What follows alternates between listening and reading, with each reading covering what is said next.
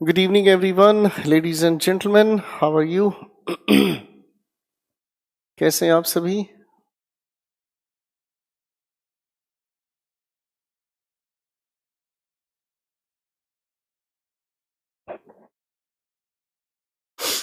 Good evening, everyone.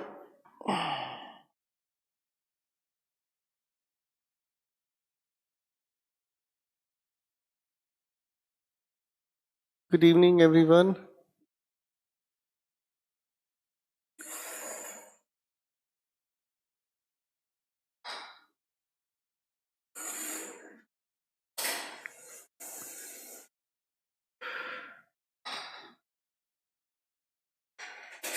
सबसे पहले मैं आप लोगों को करेक्ट कर देता हूं, जो बच्चे मुझसे इस इडियम्स के कलेक्शन की पीडीएफ मांग रहे हैं उन सभी को पहले मैं एक चीज क्लियर कर देता हूं। इडियम्स की पीडीएफ मैं नहीं दूंगा, क्योंकि आप में से कई सारे बच्चे हैं जो पीडीएफ के चक्कर में रहते हैं और पीडीएफ निकलवा के अपने प्रिंट और उसको उठा के एक तरफ रख देते हैं। ठीक है भाई, तो जब आप उन चीज़ों को ऐसे लेकर चलते हैं तो इसीलिए हम उन चीज़ों की पीडीएफ नहीं देंगे आपकी क्लास के अंदर। मैं इसीलिए उनको पढ़वा रहा हूँ कि जब भी आपके पास फुर्सत लगे अपनी वीडियो को देखते रहो, मेरे साथ मेरी आवाज़ सुनते रहोगे, उन्हें लिखने की अगर कोशिश करोगे तो वो चीज़ें अपने आप लोगों को समझ आनी शुरू होंगी। ठीक है,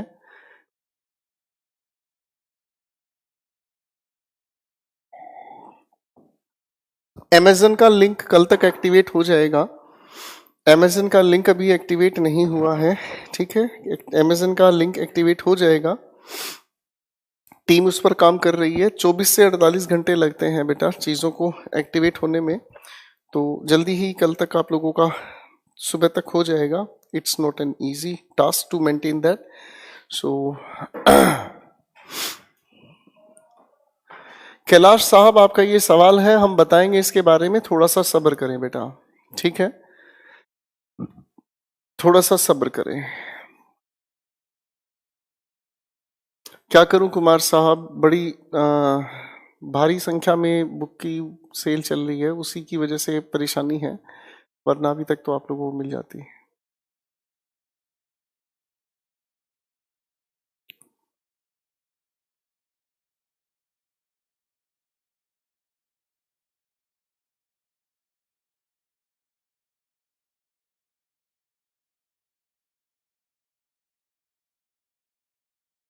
जिनका जो जो टॉपिक पेंडिंग है हम उस टॉपिक को पढ़ेंगे, उस चीज से के लिए आप थोड़ा सा सब्र करें बच्चों। ठीक है ना सौरभ, थोड़ा सा सब्र करो बेटा। जिन जिन का जो टॉपिक पेंडिंग है उसे हम कवर करने की कोशिश करेंगे। टॉपिक को लेकर परेशान होने की जरूरत नहीं है। ठीक है, और ये वोकेबलरी के लिए ही मैं आप लोगों का सेशन ले रहा था बेसिकली, और वोकेबलरी के लिए ही आप लोगों को दूसरे बैच के साथ मर्ज किया गया है। जिन बैचेस के जो जो टॉपिक्स पेंडिंग है वो स्प्लिट होकर आराम से हो जाएंगे। ठीक है, और इसके लिए आप परेशान होने की ज़रूरत ना माने। ठीक है बेटा, चलिए, तो मुझे लगता है अब आप लोगों का समय बचाने की मैं कोशिश करूंगा। ठीक है, मैं आप लोगों के सामने जो ये ईडियम्स पेश करता हूँ, बेसिकली इसका सबसे बड़ा पर्पस क्या होता है, जब मैं भी एक स्टूडेंट था तो मेरे लिए भी ये काफ़ी बेनिफिशियल रहता था और आपके लिए भी ये बेनिफिशियल ही रहेगा। आप इस लिखे हुए कंटेंट को जब स्क्रीन पर देखते हैं, मेरे साथ बोलने की कोशिश करते हैं, आपको जब फुर्सत मिलेगी तब आप उठाकर इनको लिखने की भी कोशिश करोगे। लिखोगे तो लिखते लिखते मेरी आवाज़ सुनकर ये चीज़ें आपको याद होंगी।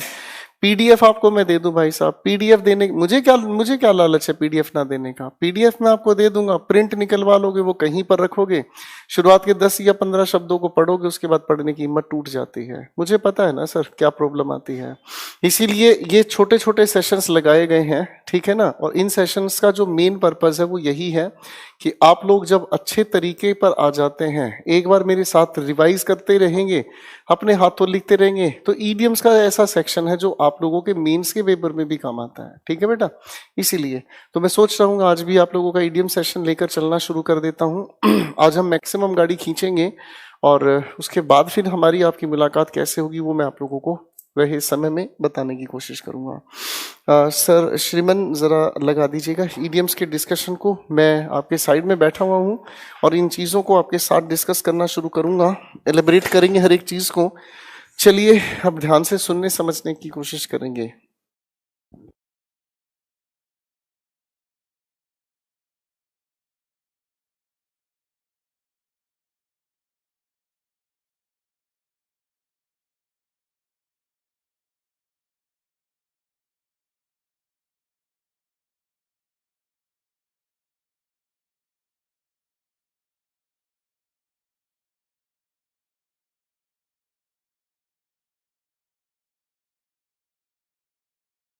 चलिए दोस्तों, बिल्कुल सही बात कही आप लोगों ने। और आती है एक छोटी सी बात हमारे सामने।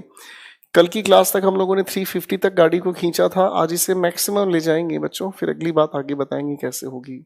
मेजर अप, मेजर अप का अर्थ होता है जब आप किसी लेवल तक पहुंच जाते हैं, रीच द लेवल, यानी कि किसी रिक्वायरमेंट को जब आप फुलफिल करते हैं तो उसी के लिए हम कहने का काम करते हैं reach the level.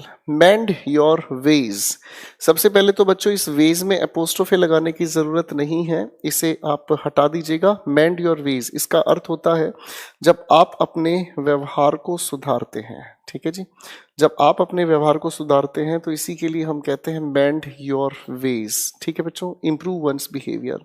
Mince matters, इसका अर्थ होता है जब आप चीजों को मिला देते हैं, जब आप चीजों को मिक्स कर देते हैं। जैसे कई सारे बच्चों की आदत है कि हम जो चीज पढ़ रहे हैं उस पर फोकस नहीं करते, उसके अलावा चीजों को लाकर रख देते हैं सामने कि ये कैसे होगा, वो कैसे होगा, ऐसा कब होगा, वैसा कब होगा। तो बेसिकली इसका मीनिंग नॉनसेंस बन जाता है, और इसे हम लोग अगर कहने की कोशिश करें, it is called mince matters, मिक्स कर देना सभी बातों को। 354 कहता है nail one's colours to the mast. Colours का मतलब होता है बच्चों फ्लैग, झंडा, और मास्ट एक बड़े से पोल को कहते हैं। ठीक है ना जी, तो इसका बेसिकली अर्थ क्या होता है, जब आप किसी चीज को नेल कर देते हैं, नेल करने का मतलब कील से अगर आप उसे रोक देते हैं तो बेसिकली वो चीज हिलती नहीं अपनी जगह से। इसका अर्थ यही हुआ रिफ्यूज्ड टू क्लिम डाउन, कोई चीज जब नीचे ना उतरे या कोई चीज हटे ना अपने स्थान से। 9 days वंडर, आप लोग वो नहीं सुनते हैं, एक हिंदी की कहावत कहते हैं जिसे कि तो 4 दिन की चांदनी है ना। A dazzling short lived spectacle offer no real value, थोड़े समय की जो चांदनी है, चमक है, उसको बताने का काम करता है 9 days वंडर। अगली बात से मिलते हैं, लिखा है no hard and fast rules. इसका अर्थ हुआ इजी रेगुलेशन, मतलब आराम से, आसानी से, जिसे आप पा सकते हैं, जिसे आप एग्जीक्यूट करते हैं। बेसिकली हम लोगों की ये जो अप्रोच है ना बच्चों, ईडियम्स आपके सामने डिस्प्ले करना, इसका सबसे बड़ा पर्पस यही है, जब आप इन चीजों को देखते हैं, समझते हैं, लिखते हैं, तो ही आप लोगों को इसका फायदा समझ आता है, वरना चीजें सारी बेकार हैं। 357 आता है हमारे सामने, जिसे हम कहेंगे नो लव लोस्ट बिटवीन। इसका अर्थ होता है जब आपस में आप लोगों की बातचीत बिगड़ी हुई हो, आप लोगों की आपस में बातचीत ठीक ढंग से नहीं होती है। ठीक है ना, कभी कभी दो दोस्तों के बीच में डिफरेंसेस आ जाते हैं, दो भाइयों के बीच डिफरेंस आ जाते हैं, कुछ बेबी जानू वाले लोग भी हैं, उनके बीच भी डिफरेंसेस आ जाते हैं, है ना। वो फिर कहीं किसी कोने में बैठे हुए सोचते रहते हैं, हैं? हाय मेरा दिल, हाय मेरा दिल, है शिकारी। आ जाओ बच्चों, आगे लिखा है not fit to hold candle. इसका अर्थ हुआ कि आप किसी एक्ट में ज्यादा अच्छे ना हो, या कोई इंसान जब किसी भी एक्टिविटी में ज्यादा अच्छा नहीं हो। Not my cup of tea बार बार परीक्षा पूछती है, इसका अर्थ होता है जिसमें आपका इंटरेस्ट ना हो, उसे आप कहते हैं not my cup of T.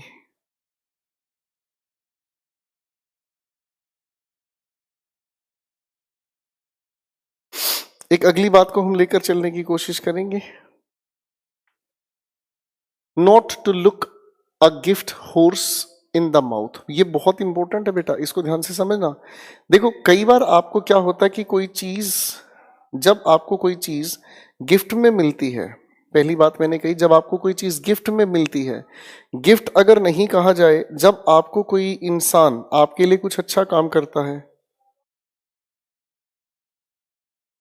तो आप उसके अंदर कमियां ढूंढने की कोशिश करते हैं। ये बहुत इंपॉर्टेंट है। जैसे मैं आपके लिए एफर्ट्स लगा रहा हूं, एक नई अप्रोच के साथ वो कैब आपके सामने पेश कर रहा हूं, कोशिश ये है मेरे दोस्तों के लिए कि एक बहुत अच्छा सिलेक्शन आप देखेंगे, लिखेंगे, इस बहाने आपको याद हो जाएगा।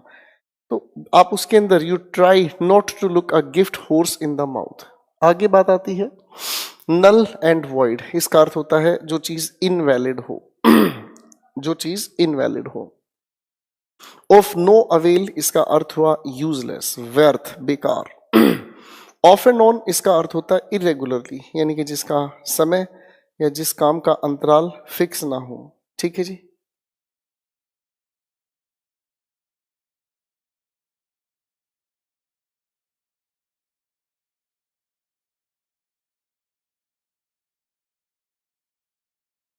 Old head on young shoulder, इसका अर्थ क्या हुआ? कोई इंसान अपनी उम्र से पहले ही अगर मेच्योरिटी की बात करे उसे हम कहते हैं old head on young shoulder.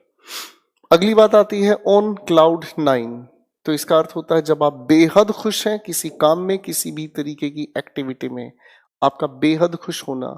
अरे भाई, आपको महसूस करना चाहिए, आपको 2 या 3 दिन के अंदर अप्रोक्स 365 से ज्यादा ईडीएम्स डिस्कशन में आ गई। और यार क्या जान लोगे किसी इंसान की मेरे भाई, धीरे धीरे चीजें ऐसे ही सुधरती हैं बेटा। जितना मेरे तरीके से पढ़ोगे कभी मार नहीं खाओगे, अपनी तरीके से आप जितनी खोज करना चाहें कर सकते हैं। On good terms agree with someone, इसे एग्री नहीं कहा जाता, इसे हम कहते हैं अग्री।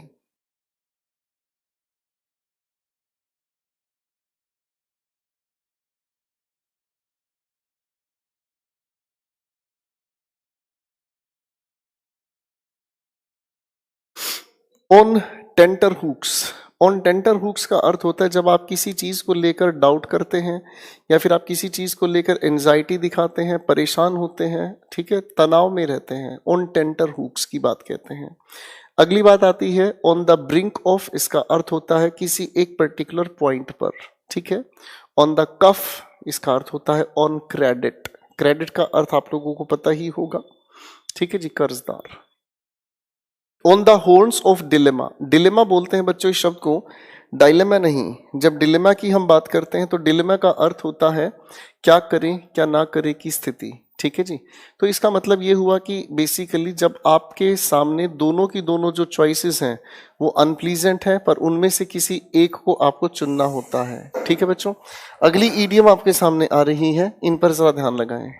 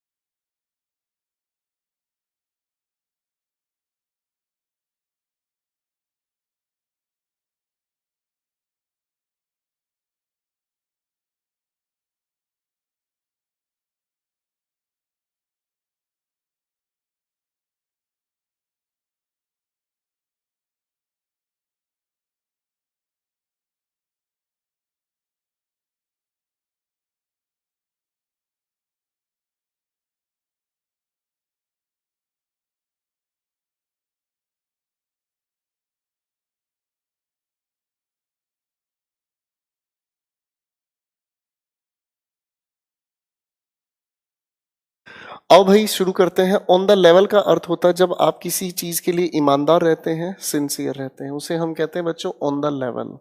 आगे बात आती है ऑन द सेम पेज। इसका मतलब क्या समझ आया? जब आप भी उसी तरह सोचते हैं जैसे कोई और सोचता है, यानी कि जब आपकी थिंकिंग एक जैसी हो।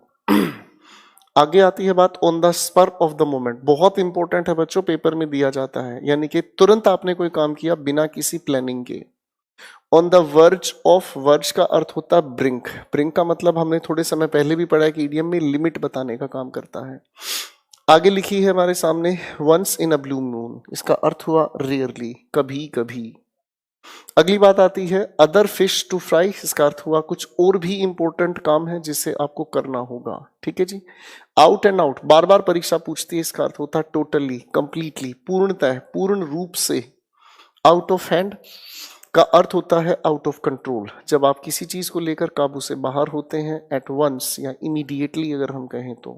आउट ऑफ सोर्ट्स, इसका अर्थ होता है जब आप बीमार होते हैं, अपसेट होते हैं, परेशान होते हैं, हताश होते हैं। Out of sorts. Out of the question, यानी कि एक ऐसी चीज जिसके ऊपर कभी हमें डिस्कशन नहीं करना चाहिए, it is called out of the question. अच्छा बच्चों, इसी से रिलेटेड एक और है, याद रखना, आउट ऑफ वंस माइंड। इसका मतलब बेमन से। आउट ऑफ द वर्ल्ड, इसका अर्थ हुआ एक्स्ट्राऑर्डिनरी। ठीक है जी, यानी कि जो चीज असाधारण कहलाती है। आउट ऑफ विट्स, इसका मतलब जो पूरी तरह से कंफ्यूज्ड हो, पूरी तरीके से उलझा हुआ हो। Over head and years means completely, पूर्णतः। इसका हिंदी हुआ पेल्ड into insignificance means seemed less important, जिसकी इंपॉर्टेंस कम हो। पार्ट एंड पार्सल, बार बार परीक्षा पूछती है। इसका अर्थ हुआ कोई चीज जिसके बिना काम ना चल सके, महत्वपूर्ण हिस्सा। अगली इडियम्स पर थोड़ा ध्यान दीजिएगा, फिर आगे चलते हैं बच्चों।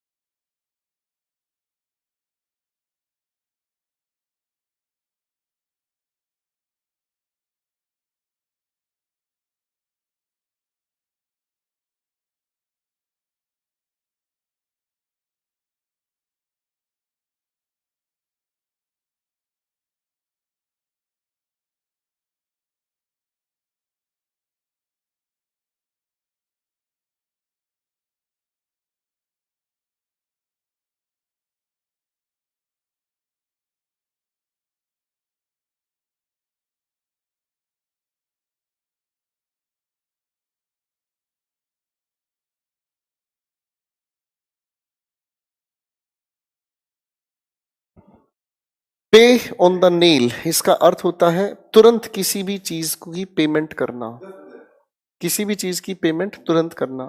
ठीक है। अगली बात आती है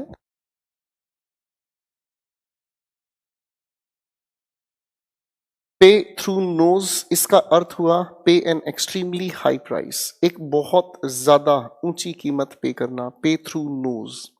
पेनवलप्स वेब, इसका अर्थ हुआ एक ऐसी जॉब जो कभी ना खत्म होती हो, जैसे हमारी जॉब है, कभी खत्म नहीं होती, सुबह से शाम तक पढ़ाना, सोना, कल फिर सुबह उठकर पढ़ाना, लगे रहो।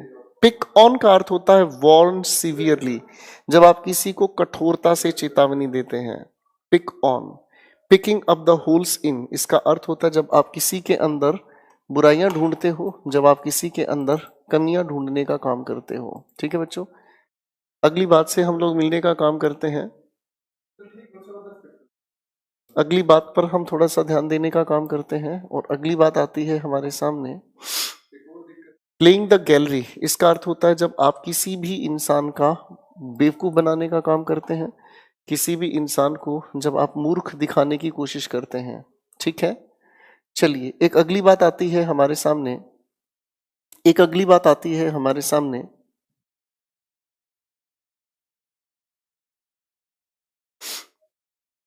Plane selling. इसका अर्थ होता है जब कोई चीज काफी आसान हो, बहुत आसान चीज आपके सामने रखी जाए, it is called plain sailing. Sail का अर्थ होता है समुद्र में यात्रा करना, और प्लेन होने का मतलब जब मुसीबत ही नहीं हो, कोई तूफान नहीं, कोई आंधी नहीं। आती है प्ले डक्स एंड ट्रिक्स, बार बार परीक्षा ने पूछा है। इसका अर्थ होता है जब आप दिल खोल के खर्च करते हैं, ठीक है ना जी, कंट्रोल से बाहर खर्च करते हैं। प्लेड हैवक का अर्थ होता है जब काफी नुकसान होता है, जैसे कभी कभी हमारे यहाँ पर बाढ़ आती है, अर्थक्वेक आता है, तो इट प्लेड हैवक, इसका मतलब बहुत बड़ा destruction. Playing to the gallery जब वही पुराने वाला है, ऊपर ही लिखा है बच्चों, 395 रिपीटेड है। अगली बात आती है पॉइंट ब्लैंक। देखो ये बार बार यूज किया जाता है, न्यूज़पेपर में भी देखने को मिलता है। पॉइंट ब्लैंक का अर्थ होता है एग्जैक्ट, सटीक, डेफिनेट या फिर डायरेक्ट अगर हम कहें तो। पोर ओवर का अर्थ होता है टू गो थ्रू समथिंग, किसी चीज का विश्लेषण करना, जांच करना। पॉट लक डिनर का अर्थ हुआ जब एक ऐसा डिनर जिसमें हर किसी को कुछ ना कुछ खाने को मिले। आती है बात पोर कैट्स एंड डॉग्स। इसका अर्थ होता है जब लगातार बारिश होती है, बड़ी भारी बारिश होती है, मूसलाधार बारिश हिंदी में कहते हैं। प्रोज एंड कॉन्स पढ़ चुके हैं हम, एडवांटेजेस एंड डिसएडवांटेजेस। 3 वर्ष में तो रिपीटेड मैंने लिखा है, इसके अलावा भी ये बार बार आया। अगली बातों पर थोड़ा सा ध्यान देने की कोशिश करें प्लीज।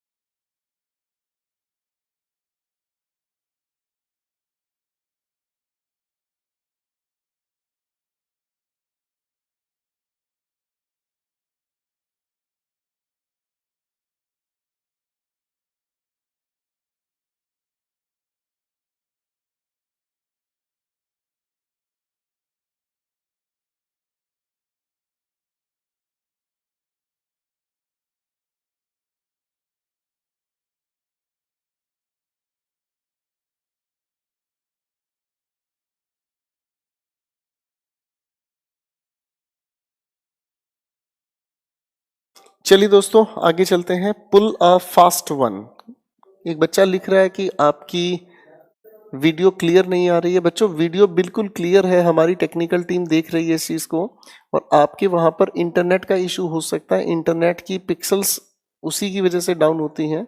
बिल्कुल परेशान ना हो बच्चों, आप लोग अगर री रिकॉर्डिंग देखोगे इसको ध्यान से तो आपको बिल्कुल अच्छी क्वालिटी नज़र आएगी। ठीक है बच्चों, आगे हम लोग लेकर चलते हैं। शांतनु, आपके इस बकवास सवाल का मैं जवाब दे चुका हूँ। सारा का सारा सिलेबस कंप्लीट होगा आपके इस तरह से पूछने से। बिना बात परेशानी खड़ी मत करो बेटा, जो चीज पढ़ा रहा हूँ प्लीज उस पर ध्यान दो, ध्यान से सुनो यार। तुम सुनने की जगह पता नहीं कहां पर ध्यान लगाए हुए। शांतनु, आपकी शादी जरूर होगी बेटा। 401 लिखा है हमारे सामने, पुल अ फास्ट वन। इसका अर्थ हुआ टू प्ले अ ट्रिक। ठीक है, नाटक करना, किसी का बेवकूफ बनाना। पुल अ लॉन्ग फेस काफी इंपॉर्टेंट है, look dejected, unhappy, disappointed expression. अगली बात आती है हमारे सामने, पुल नो पंच। इसका अर्थ होता है बिल्कुल स्पष्ट बोलना। ठीक है, बिल्कुल स्पष्ट बोलना, क्लियर बोलना। ठीक है, घुमा फिरा कर बात ना करना। पुल स्ट्रिंग्स का अर्थ होता है यूज पर्सनल इन्फ्लुएंस, जब आप किसी के ऊपर अपना पर्सनल इन्फ्लुएंस डालने की कोशिश करते हैं। पुल टुगेदर मीन्स वर्क हारमोनियसली। ठीक है जी, अगली बात पर काम करने की कोशिश करते हैं। लिखिए बात हमारे सामने, pull up means to reprimand, किसी को डांटना। पुट अक्रॉस का अर्थ होता है जब आप अपने आइडियाज, अपनी फीलिंग्स किसी और को बताने की कोशिश करते हैं, कम्युनिकेट करते हैं, put across. Put something by का अर्थ हुआ to save money for a particular purpose, जब आपने पैसा इकट्ठा किया किसी एक पर्टिकुलर पर्पस के लिए। Put up the shutters means go out of business, जब बिजनेस चौपट होता है उसके लिए यूज किया जाने वाला ये है idiom. Put up with means to tolerate, जब आप किसी को टोलरेट करते हैं, जब आप किसी को बर्दाश्त करते हैं। 4:11 पर लिखा है पुट योर फीट डाउन, इसका अर्थ होता है to take a firm stand, जब आप किसी फर्म डिसीजन को लेते हैं, एक ऐसा डिसीजन जिसके बगैर आपका काम नहीं चलता। पुटिंग वंस फूट डाउन, इसका अर्थ होता है जब आप किसी डिसीजन को ले लेते हैं, ठीक है ना जी। Putting the cart before the horse, यानी कि काम को उल्टा करना। अब घोड़े के अगर आगे आप घोड़े गाड़ी को बांधोगे तो घोड़ा थोड़ी चल पाएगा, इसका मतलब doing things in the wrong way. अगली बात आती है बच्चों जिसे हम कहते हैं rack and ruin means ransacked. Rat race fierce competition for power, ताकत के लिए एक काफी जबरदस्त कंपटीशन। अगली बातों को थोड़ा पढ़ें फिर मैं ले चलता हूं गाड़ी आगे।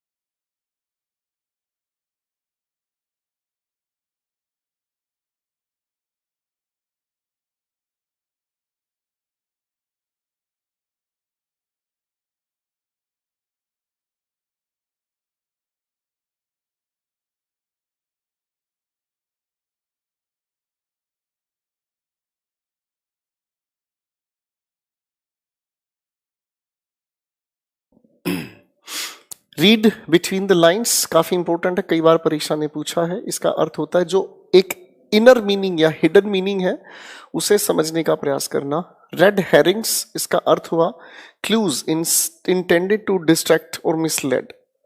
बेसिकली ये पुलिस ऑफिसर्स करते हैं, कुछ ऐसे क्लूज जानबूझकर छोड़ते हैं जिससे क्रिमिनल वगैरह जानबूझकर डिस्ट्रैक्ट हो जाए। रेड लेटर डे पहले भी पढ़ चुके हैं। Happy and significant day, red letter day दोबारा से an important day. Rest on laurels, laurel का मतलब होता है बच्चों सक्सेस, ठीक है जी। तो जब आप सक्सेस पर टिकते हैं तो आप मस्त जीते हैं, व्यस्त जीते हैं। राइड्स द हाई हॉर्स, इसका अर्थ होता है जब आप सुपीरियर फील करने की कोशिश करें। थैंक यू नीरज, आपका कमेंट मैंने पढ़ लिया है।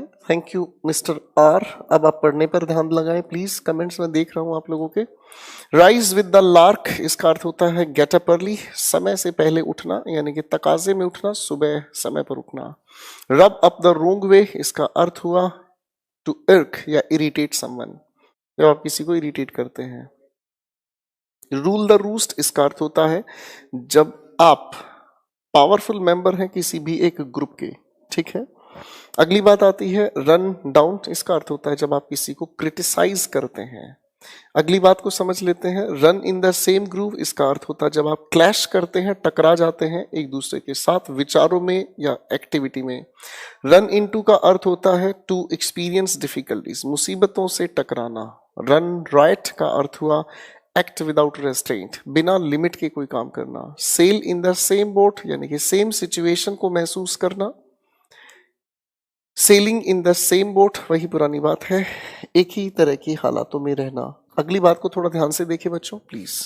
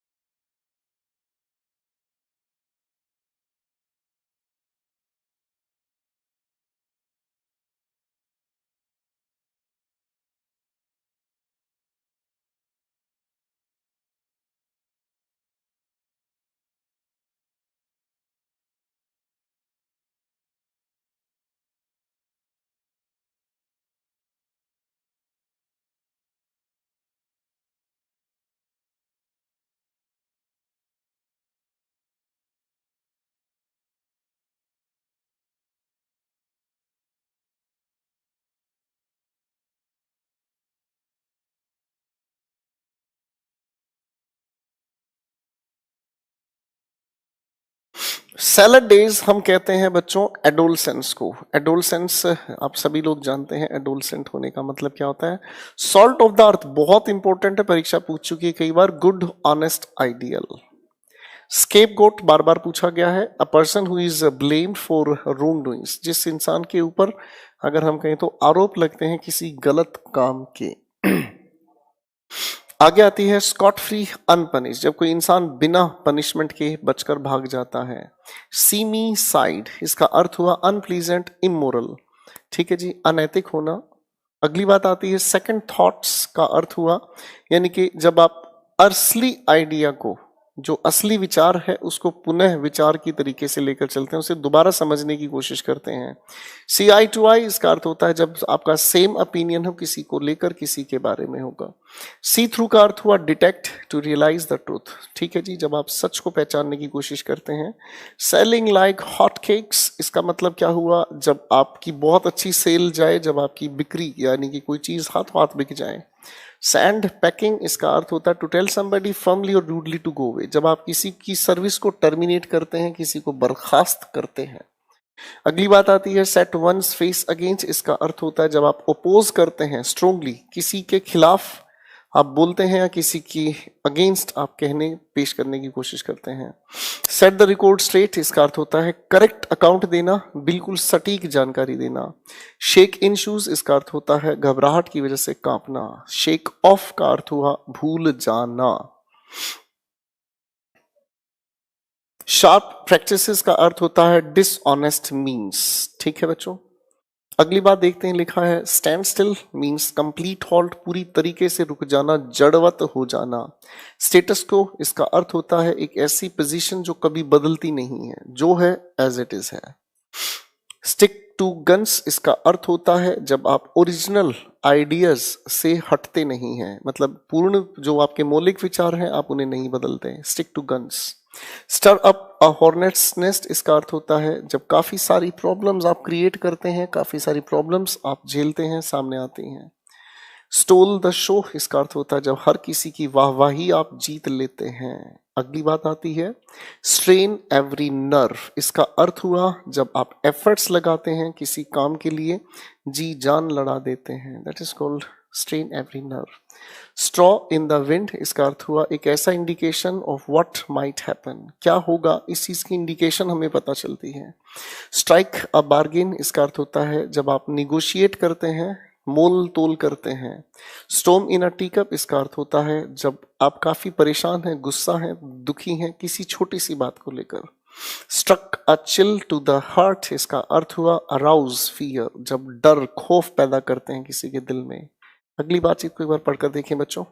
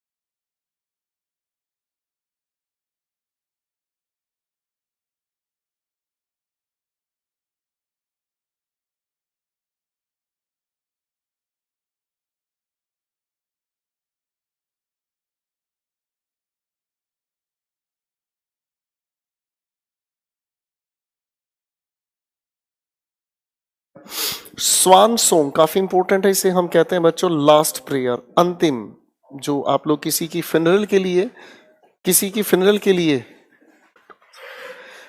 लिए गाया हुआ गीत है। जैसे आपने फिल्म देखी होगी, उस फिल्म के अंदर gangs of Wasseypur, SVEEP under the carpet, इसका अर्थ अगर हम समझने का काम करें तो स्वीप अंडर द कारपेट का अर्थ होता है किसी चीज को छुपा कर रखना, कीप हिडन। स्वीपिंग स्टेटमेंट एक ऐसी स्टेटमेंट जो बिना सोचे आप बोल देते हैं, इसे हम कहते हैं थॉटलेस स्टेटमेंट। ठीक है, आज जो बच्चों अगली बात एक समझने का काम करते हैं, लिखा है टेक अ फ्रेंच लीव, इसका अर्थ हम कहें तो बीइंग एब्सेंट विदाउट परमिशन, जब बिना परमिशन के आप एब्सेंट रहते हैं। आगे आती है बात take a leap in the dark, इसका अर्थ होता है टू टेक रिस्क। अगली इडियम पर काम करते हैं, लिखा है टेक आफ्टर, टेक आफ्टर का अर्थ होता है जब किसी से आपका चेहरा मिलता जुलता हो। टेक क्यू फ्रॉम, इसका अर्थ हुआ to copy what someone already did in past in order to be successful, जब आप किसी की नकल करते हैं, जब आप किसी की तौर तरीके को यूं का यूं अपनाने का काम करते हैं। टेक एक्सेप्शन का अर्थ होता है जब आप किसी चीज के विरुद्ध बोलते हैं या सोचते हैं। टेक फैंसी का अर्थ हुआ टू अट्रैक्ट और प्लीज समबडी, आप जब किसी को आकर्षित करने की कोशिश करते हैं। टेक फॉर ग्रांटेड का अर्थ अगर हम समझें, टेक फॉर ग्रांटेड का अर्थ हुआ टू एक्सेप्ट रेडिली, किसी चीज को स्वीकार करना। एक अगली बात हमारे सामने आती है टेक फ्रेंच लीव, काफी इंपॉर्टेंट है बच्चों, बिना परमिशन आप कहीं से अनुपस्थित हो। टेक हैट ऑफ, बेसिकली आप एनकरेज करने का काम करते हैं। टेक हैट ऑफ का मीनिंग समझ लीजिएगा। 488 कहता है take the bull by the horns, बहुत मुश्किल जटिल खतरों से भरा काम करना। आप किसी भी बुल को उसके ही सींग से अगर पकड़ के चलाने की कोशिश करो तो ये जान के लिए खतरा हो सकता है चुन्नी बाबू। टेक टू हार्ट यानी कि किसी चीज को दिल से लगा लेना। ठीक है, अगली बात आती है take to one's heels, means run off, फरार हो जाना। काफी इंपॉर्टेंट है ये टेक टू वंस हील, परीक्षा पूछ चुकी है। टेक टू टास्क, इसका अर्थ होता है जब आप किसी को पनिश करते हैं। रेप्रीमेंड का अर्थ होता है किसी को डांटना। Take with a grain of salt, इसका अर्थ होता है जब आप कंसीडरेबल डाउट के साथ किसी चीज को सुनते हैं, आपको डाउट भी होता है, आप सुनते भी हैं। Talking through hat means talking nonsense, बदतमीजी वाली बातें करना। टॉल टेल्स का अर्थ होता है जब आप अपनी डींगे हाँकते हैं। डींगे हाँकने का मतलब समझ आता है जब आप बढ़ा चढ़ाकर बातें करते हैं। टीदिंग प्रॉब्लम्स, इसका अर्थ हुआ डिफिकल्टीज एट द स्टार्ट, यानी कि शुरुआत में आपको जब मुश्किलें देखनी पड़े, झेलनी पड़े।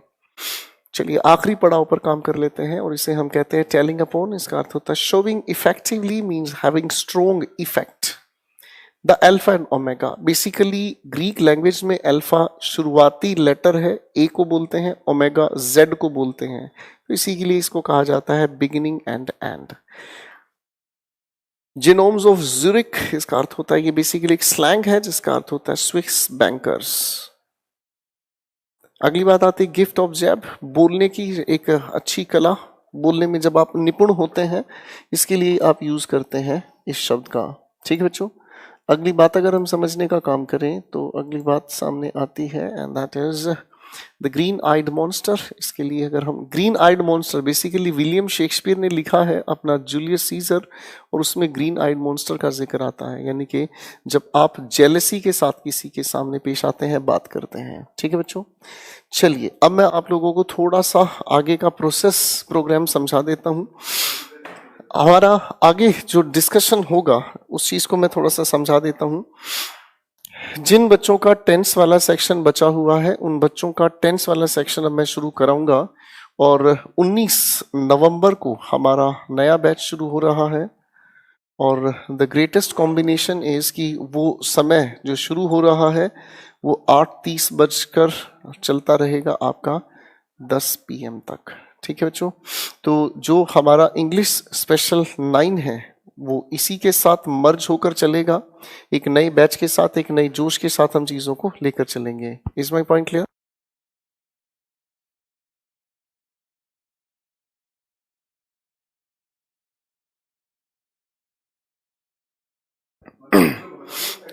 तो जिन बच्चों का इंग्लिश स्पेशल 9 जो चल रहा है, मैं क्लियर ये बता देता हूं कि आपके बैच के अंदर बच्चों अभी 10th से कहानी हमारी होनी बाकी थी, तो 10th से लेकर जो भी हमारा आगे सिलेबस चलता चला जाएगा उस सिलेबस में आपको कोई परेशानी नहीं होगी। पहली बात तो ये, ठीक है बच्चों।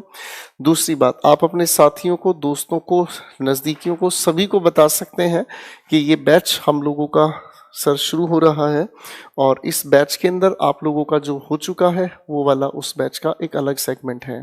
तो आप लोगों का बैच के अंदर जो पेंडिंग सिलेबस है वो हमारा यहाँ से कंटिन्यू होगा। बच्चे बार बार कमेंट में ये पूछ रहे थे सर हमारा ये कब होगा, वो कब होगा, ठीक है। तो ये वाला सेशन हम लोग अब 19 नवंबर से शुरू करेंगे। आप लोगों बार बार कह रहे हैं कि सर जो ईडीएम्स का कलेक्शन उसकी पीडीएफ दे दीजिए, मैं कल पीडीएफ उसकी अपलोड करवा देता हूँ आप लोगों के लिए, ठीक है बच्चों। उस पीडीएफ का आप आनंद ले सकते हैं, खुद से पढ़ सकते हैं। तो आप लोगों के लिए ये वाला जो स्लॉट है मैं कल से लेकर 19 तक का वैकेट कर रहा हूँ। अपनी प्रीवियस वीडियोस देखें, अच्छे से चीज़ों को रिवाइज करें और बेहद खूबसूरती से अपनी तैयारी को अंजाम दें, ताकि हम लोग जब मिले 19 तारीख को इंग्लिश स्पेशल 9 और एक नए बैच के बच्चों के साथ आप लोग जुड़ेंगे, हम कहानी शुरू करेंगे अपने टेंसेस के साथ। Is my point clear? मेरी तरफ से आप लोगों के लिए एक छोटा सा मैं ब्रेक दे रहा हूँ। रिवाइज करें, थीसिस अपनी अच्छे से तैयार करें, सारे के सारे नोट्स को पढ़ें। Thank you everyone, good night, love you all, take care.